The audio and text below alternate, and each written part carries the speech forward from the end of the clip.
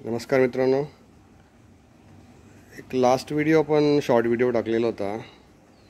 त्यामध्ये पी मूर्ती असेल अथवा शाडू मातेची मूर्ती असेल तर त्यामध्ये आपण जो भरीला आतमध्ये म्हणजे मूर्तीला मजबूती येण्यासाठी जो कात्या आपण आतमध्ये मूर्तीला टाकत असतो तर तो कात्या कधी काळी म्हणजे मूर्तीचा पार्ट जो असतो, बेस असतो, त्या बेसच्या बाहेरच्या बाजूला आलेला असतो. तो आपल्याला तो जाळण्यासाठी आधीच्या काळामध्ये खूप वेगवेगळ्या प्रकारे साध्या पद्धतीने तो जाळला जायचा. फॉर एक्झाम्पल, तो कुणी मेणबत्तीने जाळायचं, कुणी तो ब्लेडनी कटिंग करायचं.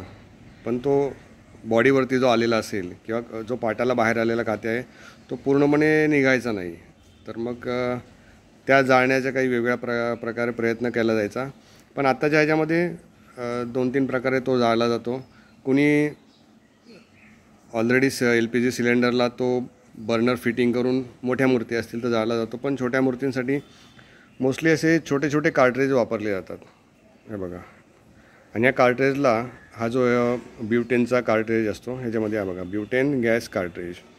तर हा कार्ट्रेज वापरला जातो आणि त्याच्यावरती हा छोटासा बर्नर असतो. तर त्या 2 प्रकारे बर्नर अवेलेबल सध्या मार्केटमध्ये असतात. हा साधा एक बर्नर आहे ज्याला त्यासाठी लायटर तुम्हाला यूज करावं लागेल, आणि हा ऑटो आहे, याला इग्निशन आतमध्ये आहे. तर तुमचा जो मूर्तीचा बेसचा जो कात्या आहे तो जाळण्यासाठी एक सोपी पद्धत आहे आणि फास्ट आहे. तुमचं कुठलंही मूर्तीचं काम आहे ते अगदी वेळ खाऊ न होता तुम्हाला अगदी फास्ट रिझल्ट छोट्या छोट्या गोष्टींमधून मिळू शकतो, ज्यामुळे तुमचं मूर्तींचं काम जे आहे ते सुद्धा फास्ट होऊ शकतं. तर हा जो आहे हा साधा तुम्ही इथं चालू केलात, हा तुम्ही लायटरने चालू करू शकता.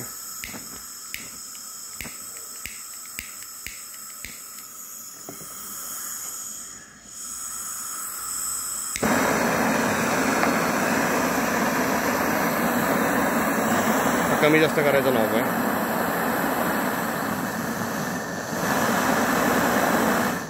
मॅन्युअली तुम्हाला लायटरनी पेटवावं लागेल. आणि ऑटो आहे.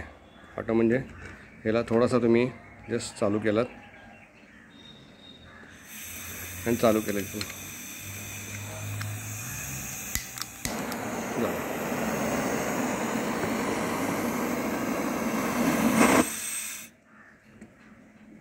तुमचं काम अगदी सोप्या पद्धतीने आणि फास्ट होण्यासाठी या 2 गोष्टी अतिशय महत्त्वाच्या आहेत. जर तुमच्याकडे गणपती कामासाठी या 2 गोष्टी नसतील तर अवश्य या 2 गोष्टी ठेवा.